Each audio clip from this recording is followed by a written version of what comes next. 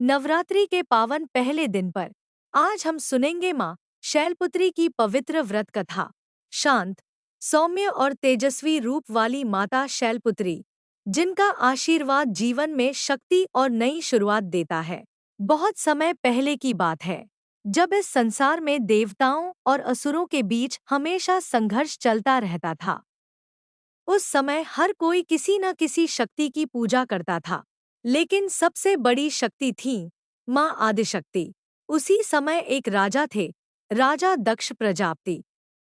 वे बहुत बड़े बड़े यज्ञ करते थे और अपने अहंकार के लिए भी जाने जाते थे। उनकी एक बहुत ही सुंदर और तेजस्वी बेटी थी, सती।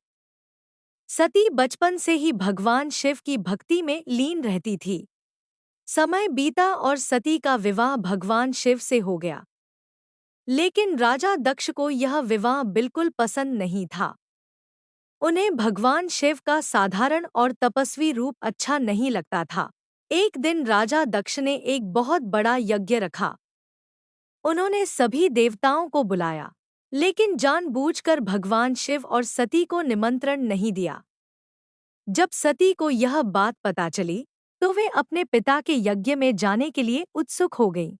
भगवान शिव ने उन्हें समझाया कि बिना बुलाए जाना उचित नहीं है, लेकिन सती नहीं मानी और अपने पिता के घर चली गईं। जब सती वहां पहुंची, तो उन्होंने देखा कि उनके और भगवान शिव के लिए कोई सम्मान नहीं था। राजा दक्ष ने सबके सामने भगवान शिव का अपमान किया। यह अपमान सती सह नहीं पाईं। दुख और क्रोध में आकर सती ने वहीं यज्ञ की अग्नि में कूदकर अपने प्राण त्याग दिए। यह दृश्य बहुत ही दर्दनाक था।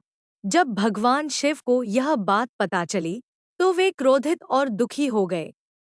उन्होंने सती के शरीर को उठाकर पूरे ब्रह्मांड में तांडव करना शुरू कर दिया। पूरे संसार में हाहाकार मच गया। तब भगवान विष्णु ने अपने सुदर्शन चक्र से सती के शरीर के टुकड़े कर दिए, ताकि शिव जी का क्रोध शांत हो सके। जहां जहां सती के अंग गिरे, वहां शक्तिपीठ बने। लेकिन शक्ति कभी समाप्त नहीं होती, वह फिर से जन्म लेती है। कुछ समय बाद हिमालय राजा और उनकी पत्नी मेना देवी के घर एक सुंदर कन्या का जन्म हुआ। इस कन्या का नाम रखा गया पार्वती, क्योंकि वे पर्वत शैल की पुत्री थी। इसलिए उन्हें कहा गया शैलपुत्री। बचपन से ही माँ शैलपुत्री बहुत ही शांत, सरल और तेजस्वी थी।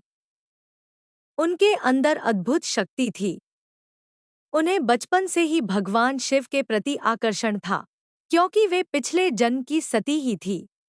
समय के साथ उन्होंने भगवान शिव को पाने के लिए कठोर तपस्या की। उनकी भक्ति और तपस्या से प्रसन्न होकर भगवान शिव ने उन्हें फिर से अपनी पत्नी के रूप में स्वीकार किया। माँ शैलपुत्री का रूप बहुत ही दिव्य होता है। वे नंदी बैल पर सवार रहती हैं। उनके एक हाथ में त्रिशूल और दूसरे हाथ में कमल का फूल होता है। नवरात्रि के पहले दिन माँ शैलपुत्री की पूजा की जाती है। इस दिन भक्त पूरे श्रद्धा और विश्वास से माँ का व्रत रखते हैं। ऐसा माना जाता है कि जो भी व्यक्ति सच्चे मन से माँ शैलपुत्री की पूजा करता है, उसके जीवन की सभी बाधाएं दूर हो जाती हैं। उसे शक्ति, साहस और आत्मविश्वास मिलता है।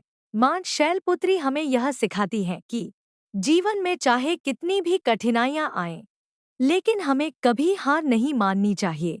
हर अंत के बाद एक नई शुरुआत होती है।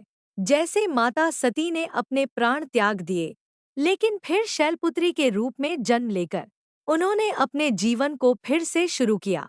इसलिए नवरात्रि का पहला दिन हमें यह संदेश देता है कि विश्वास और भक्ति से सब कुछ संभव है। जय माता दी।